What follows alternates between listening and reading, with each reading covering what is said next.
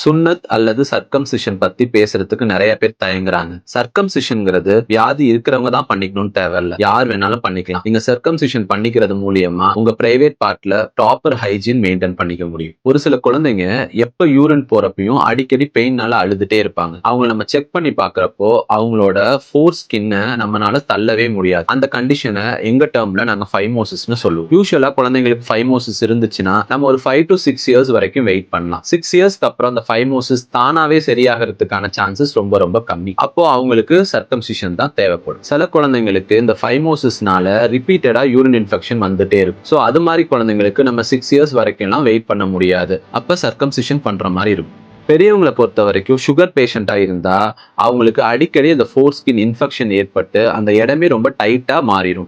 So அவங்களுக்கும் urine போறப்ப அடிக்கடி யூரின் இன்ஃபெக்ஷன் வரதுக்கான சான்சஸ் இருக்கு. ஸோ அந்த பேஷண்ட்ஸ்க்குமே சர்க்கம்சிஷன் தேவைப்படும். சர்க்கம்சிஷன்ங்கிறது ஒரு டே கேர் ப்ரொசீஜர். இப்போ லேசர் சர்க்கம்சிஷன் இருக்கு, ஸ்டேப்லர் சர்க்கம்சிஷன் இருக்கு. இது மூலியமா ஒரு 5 to 10 மினிட்ஸ்ல நீங்க ஆப்ரேட் பண்ணிட்டு ஒரு ஹாஃப் அன் அவர்லயே நீங்க வீட்டுக்கு ரிட்டர்ன் ஆயிடலாம். இது மாதிரியான மெடிக்கல் ரிலேட்டட் கண்டென்ட்ஸை தெரிஞ்சுக்க நம்ம பேஜை ஃபாலோ பண்ணுங்க.